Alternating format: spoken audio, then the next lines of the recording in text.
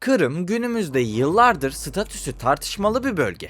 Ama bir zamanlar Osmanlı Hanedanı'nın başına bir şey gelecek olsa Osmanlı'yı yönetebilecek soylara sahiplerdi. 2012'de ise Türkiye ile birleşmek istediler.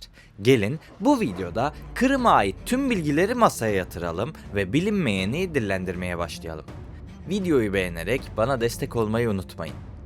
Sovyetler Birliği dağıldıktan sonra Ukrayna sınırları içerisinde özerk bir cumhuriyet statüsüyle yer alan Kırım, uluslararası toplum tarafından 2014 yılına kadar açık bir şekilde Ukrayna toprağı olarak kabul görüyordu.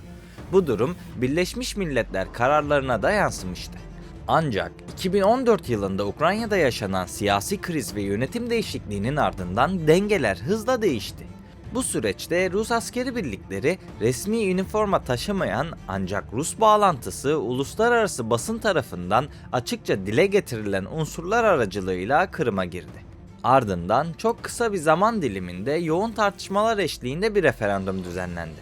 Referandumun resmi sonuçlarına göre halkın büyük çoğunluğu Rusya Federasyonu'na katılmak yönünde oy kullandı.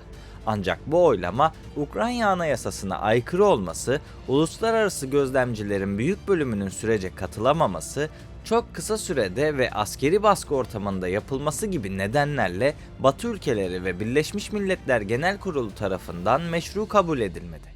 Buna rağmen referandumdan hemen sonra Kırım Yüksek Konseyi ve Sivastopol Kent Konseyi Kırım Cumhuriyeti'nin Ukrayna'dan ayrıldığını ve Rusya Federasyonu'na katılmak istediğini açıkladı. Aynı gün Rusya, Kırım'ı egemen bir devlet olarak tanıdı ve fiilen ilhak süreci başlamış oldu. Ancak bu gelişmeler yalnızca Rusya ve Ukrayna'yı değil, aslında Türkiye'yi de doğrudan ilgilendiriyordu. Çünkü Kırım tarihsel olarak Kırım Tatarlarının ana yurduydu ve bu halk Türk kökenliydi.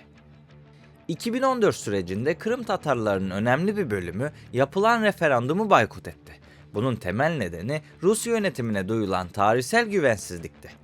Özellikle Stalin döneminde yaşanan 1944 sürgünü Tatar toplumunun hafızasında derin bir travma olarak yer alıyordu. İşte böyle bir ortamda bazı Tatar temsilciler uluslararası basına yansıyan açıklamalarda Türkiye ile tarihi ve kültürel bağlar vurgusunu yapıyordu. Bu söylemler özellikle o dönem Türk basınında ve bazı uluslararası haber ajanslarında Kırım Türkiye'ye bağlanabilir mi sorusunu gündeme taşıdı. Peki Kırım halkının da istemesine rağmen Kırım ne oldu da Türkiye'ye dahil olamadı? Öncelikle bunun birkaç temel nedeni vardı. Birincisi uluslararası hukuktu. Kırım'ın Türkiye'ye bağlanabilmesi için hem Ukrayna'nın onayı hem uluslararası tanınan bir referandum hem de Birleşmiş Milletler Güvenlik Konseyi ve Genel Kurul süreçleri gerekiyordu. Dolayısıyla bu şartların hiçbiri sağlanmadı. İşin ilginç yanı ise Kırım'ın Rusya'ya dahil olduğu referandumda da bu şartlar gerçekleşmemişti. Diğer hassas ve önemli unsursa jeopolitik dengelerdi. Tahmin edebileceğiniz üzere Kırım, Karadeniz'in askeri açıdan en stratejik noktalarından birisi. Günümüzde Rusya'nın Karadeniz filosu burada konuşlanıyor. Bu nedenle Rusya'nın Kırım'dan vazgeçmesi stratejik olarak neredeyse imkansızdı. Üçüncüsü ve bana kalırsa en önemlisi Türkiye'nin o dönemki resmi tutumuydu. Türkiye, uluslararası hukuka bağlılık çerçevesinde Kırım'ın ilhakını tanımadığını ancak süreci askeri veya siyasal bir çatışmaya dönüştürmeyeceğini defalarca açıkladı. Öte yandan Kırım Tatarlarının haklarını savunmayı diplomatik ve insani düzlemde sürdürmeyi tercih ettik. Bu yaklaşım doğrudan ilhak talebine girmemek ve Tatar toplumunu daha fazla baskı altına sokmama amacını taşıyor olabilirdi. Ama bugün bu toprakların Rusların eline geçmesine neden oldu. Öte yandan şunu da es geçmemek gerekiyor. Bölgenin nüfus yapısı da bu süreci etkilemişti. Zira o dönemlerde Kırım'ın demografik yapısını incelediğimizde Kırım Tatarlarının Kırım nüfusunun tamamını oluşturmadığını görebilmekteyiz. Bu nedenle yapılacak olan olası bir referandum sürecinde Rus ve Ukrayna kökenli nüfusun çoğunlukta olması süreci baltalayacaktı. Türkiye'ye katılım fikri Kırım genelinde toplumsal bir çoğunluk yaratamıyordu. Kısacası Kırım'ın Türkiye'ye bağlanması fikri tarihsel olarak anlamlı ancak hukuki ve jeopolitik olarak mümkün olmayan bir senaryoydu ve bu sebeple gerçekleşmedi. Ancak dilerseniz Kırım Tatarlarının Osmanlı için öneminden bahsetmek ve sizi biraz daha Kırım Tatarlarıyla tanıştırmak isterim. Osmanlı için son derece önemli olan bu coğrafyada bir dönem Kırım Hanlığı adlı bir Türk devleti vardı. Bu hanlık tüm içtenliğiyle Osmanlı'ya bağlıydı. Öyle ki bazı rivayetlere göre bir gün Osmanlı padişahsız kalsa ve Osmanoğlu soyu tükense yeni padişahın Kırım'dan çıkacağına inanılırdı. Çünkü o dönem Kırım Hanlığı'nı yöneten Giray Hanedanı Cengiz Han'ın büyük oğlu Cüci'nin soyundan geliyordu. Türk-Moğol devlet geleneğinde Cengiz Han soyu kut sahibi olarak kabul edilir ve devlet yönetme hakkı bu soya atfedilirdi. Osmanlılarsa Kayı boyundan geliyordu. Ancak Cengiz Han soyundan değillerdi. Bu yüzden özellikle erken dönem Osmanlı kaynaklarında Timur, Altınorda ve Kırım Hanlığı gibi Cengiz Han soyundan gelen hanedanlara ayrı bir saygı vardı. Osmanlı siyasi kültüründe devletin başsız kalması en büyük felaketlerden biri sayılırdı. Bir gün Osmanlı hanedanı sona ererse meşru bir hanedan olması gerekiyordu. İşte burada Kırım Hanları devreye giriyordu. Çünkü hem Müslümandılar hem de Cengiz Han soyundan geliyorlardı. Ayrıca Osmanlı'ya sadık bir müttefiktiler. Bu üçlü kombinasyon başka hiçbir hanedanda yoktu. Öte yandan Kırım Hanlığı Osmanlı'ya bağlı olsa da öyle sıradan bir eyalette değildi. Örneğin Kırım Hanlığı Osmanlı'ya vergi vermezdi. İç işlerinde serbestti ve hutbeler Osmanlı padişahının adına okutulmazdı.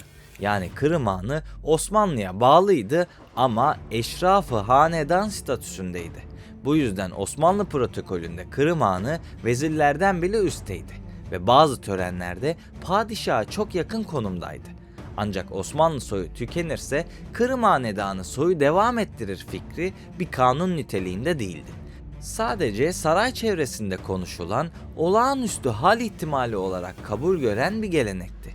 Çünkü Safeviler ve Timur soyundan gelenler zaten Osmanlı ile savaşmış oldukları için uygun görünmüyorlardı. Ancak Kırım Hanlığı da Osmanlı dağıldıktan sonra eski gücünü koruyamadı. Bu köklü halk 20. yüzyılda çok büyük bir trajedi yaşadı. Özellikle Stalin döneminde Kırım Tatarları zorla göç ettirildi ve Orta Asya'ya sürüldü. Bugün Türkiye, Rusya ve Özbekistan başta olmak üzere farklı coğrafyalara yayılmış 2 milyonun üzerinde Tatar nüfusu bulunuyor. Velhasıl Kırım meselesini bugün sadece hangi ülkeye ait sorusuyla okumak aslında hikayenin en kolay ama en eksik tarafı. Çünkü bu coğrafyada asıl kaybeden bayraklar, sınırlar ya da devletler değildi. Yüzyıllardır bu topraklarda yaşayan Kırım Tatarlarıydı. Onlar için Kırım bir harita parçası değil, mezarların, duaların, ninnilerin ve sürgün hatıralarının toplandığı bir yurttu. Tarih boyunca Türk İslam dünyasıyla çok güçlü bağlar kurmuşlardı. Osmanlı siyasal kültüründe ayrıcalıklı bir yere sahip olmuş olan Kırım, bugün ne yazık ki Rus hegemonyası altında. Ancak Kırım Tatarları için Kırım hala bir topraktan öte kimliğin merkezi konumunda.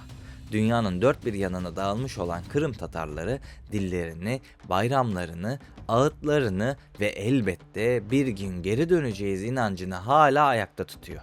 Türkiye, Özbekistan ya da Romanya, nerede yaşarlarsa yaşasınlar inançları hala taze. Bu nedenle Kırım meselesi kapanmış bir dosya sayılmaz. Yalnızca zamanın, dengelerin ve şartların yeniden şekillenmesini bekleyen bir tarihi mesele. Peki siz bu konu hakkında ne düşünüyorsunuz? Fikirlerinizi yorumlarda belirtmeyi, videoyu beğenmeyi ve kanala ücretsiz bir şekilde abone olmayı unutmayın. 200.000 yolunda bu desteklerinize ihtiyacım var. Bir sonraki videoda görüşmek üzere. Kendinize iyi bakın, sağlıkla ve barışla kalın.